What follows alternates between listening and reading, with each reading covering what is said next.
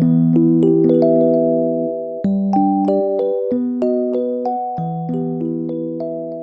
guys, Happy New Year. I know that it's after January 1st, but actually January 1st and 2nd, I literally just never got out of my pajamas. I was sick, Jensen was sick, my husband was sick.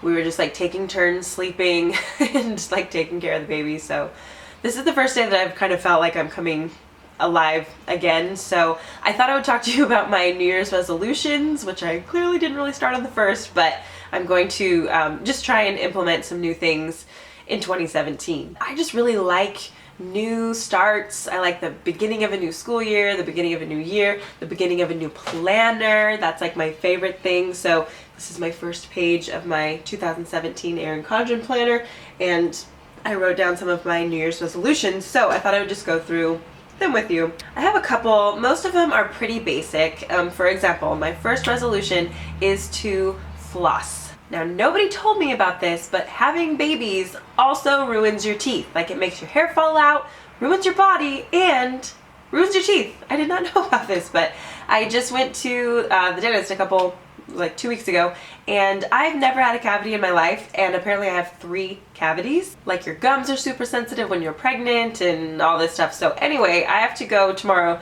and get 3 fillings, and I'm like, what the heck? So I haven't always been great about flossing. I've just always had super good teeth my whole life, but no longer. That is over. My second resolution is like a cybersecurity resolution. I'm going to go through and change all of my passwords on all of my online accounts. I'm going to get one of those like password apps too that just keeps track of all your passwords, because that can get a little confusing and it's frustrating when you forget which password you had for whatever account you're trying to get into. But I just want to make sure that my online stuff is more secure. I think that's really important, and just part of being like a responsible adult to make sure that I'm like updating my passwords, changing them often, and just trying to keep all of my information online safe. I know that I put a lot out there, like YouTube videos, but at the same time there are certain things that you don't want people getting into, so yeah. The third thing, this is like the hardest one for me. I think I always set this resolution, but I want to try and have a better nighttime routine, like go to bed at the same time every night, do my little like nightly devotion, get Jensen to bed at the same time every night. It's tough right now because he has kind of regressed in his sleeping, and I've heard that happens when they're about this age. He's like 6 months, almost 7 months. He was doing really well for a while, and then we took him out of the bassinet and tried to do the pack and play, and it's been difficult. Plus he's been sick. So we are pretty bad about our nighttime routine and getting enough sleep and getting to bed on time, and we need to make sure that we're doing it for ourselves so that we can do it for Jensen. I've read a lot of studies about how lack of sleep affects kids, and it's like really, really damaging to them, especially when they're in school and stuff. So I don't want to like neglect that. That's like a very important part of taking care of your kids. So I actually recently got some essential oils for him, partly because he was sick, and then just some things that I want to start like incorporating into his routine and just be better about that. So yes. The next thing is something that we always do. Actually, me and my husband, ever since we met like 8 years ago, we've been doing a fast in January, and we do this with our church. Our church is called Free Chapel, and our pastor is Jensen Franklin, and he wrote a book on fasting. I think it's literally just called Fasting, but a lot of people have bought it, and it's just a way. Oh, that was so weird. I literally didn't even know that I had this, but this is like, I think like part 2, like the fasting edge. I don't know if I ever read that. When did I get this? Oh, no, I got to page 122 and I used a paint sample as my bookmark. Oh, okay. I don't remember when I got this, but I should read this again, apparently. So anyway, fasting is just, denying yourself food, which sounds really, really hard, and it is really, really hard. But we do it for 21 days, and you don't deny yourself all food. The Daniel fast, which is just no bread, sugar, meat. I think just that, yeah, no bread, sugar, or meat. Like, so it's pretty much just like fruits and vegetables and like beans. And you can Google Daniel fast and get a lot of information about it and a lot of like recipes and stuff. But it's just a good way, kind of like reset your body and mind and spirit all in one shot. And it's totally not for everybody. Like, I can see how people would think that it's really crazy. It is pretty crazy, but it's kind of nice to have a physical way to do something spiritual. So it's just kind of like how we always set aside like the first part of our paycheck, we always tithe, and then we set aside the first part of our year to, like, it's a sacrifice. Like, it's 3 weeks, it's 21 days, and we like can't do a lot. Like, if people want to go out to dinner or whatever, like, we usually go, but you know, you can't, sometimes you try to kind of avoid stuff like that. You kind of end up avoiding watching TV because there's so many food commercials that you're just like, ugh, and you just end up spending less time like worried about food, and you just kind of replace that time with more like prayer and Bible study and stuff. We feel like it sets up our kind of mindset for the year. I wouldn't say that I like doing it, but it's always worth it. It's one of those things that like you just push through and it's worth it. So yeah, I'm not a fasting expert, but check out Jensen Franklin's book if you have any other questions. The last New Year's resolution that I have, and I'm pretty excited about this one, is that I'm going to try and not buy any clothes that are not fair trade or made in the US. Now, last month with December, I kind of started doing this already because December partnered with a lot of fair trade vendors, and I had watched the documentary The True Cost, and I was just really convicted about how, you know, I did this whole December thing that is in protest pretty much of human trafficking and people being enslaved.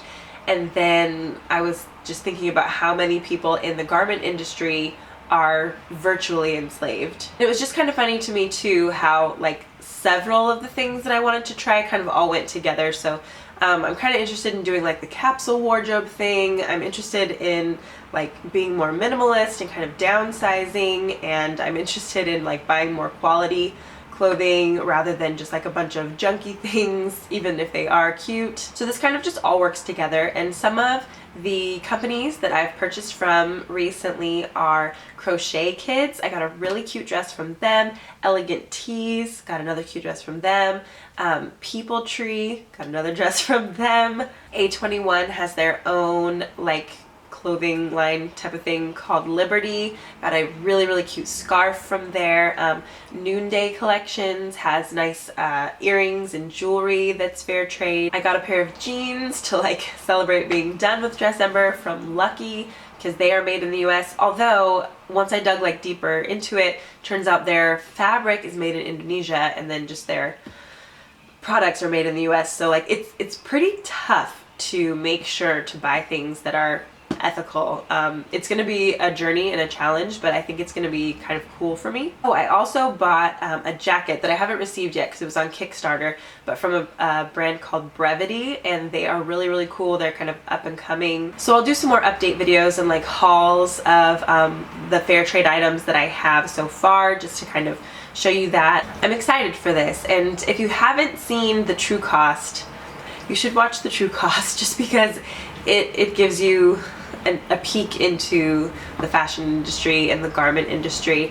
And one of the things I just didn't really realize is that we have a lot of things that are made by machines these days and, you know, can just be made by robots or whatever, but clothing just requires human fingers. It does. Like, we just haven't really come up with a way for, I mean, people use sewing machines, but like, you need people. It's a tough thing to mechanize. They haven't really figured out how to do that yet. So it affects a lot of people. 1 in 6 people on the planet are involved somehow with the garment industry and the fashion industry. So this is something that has really far-reaching effects, just from the way that like cotton is grown when it's not organic, to like the way that leather tanneries pollute a lot of rivers and people's water sources, to the people themselves that are working in the factories, and then to the waste when we throw away those clothes that, you know, were like only $5 or $10, and so we don't really care about them anymore and they're not in fashion, so we just throw it out.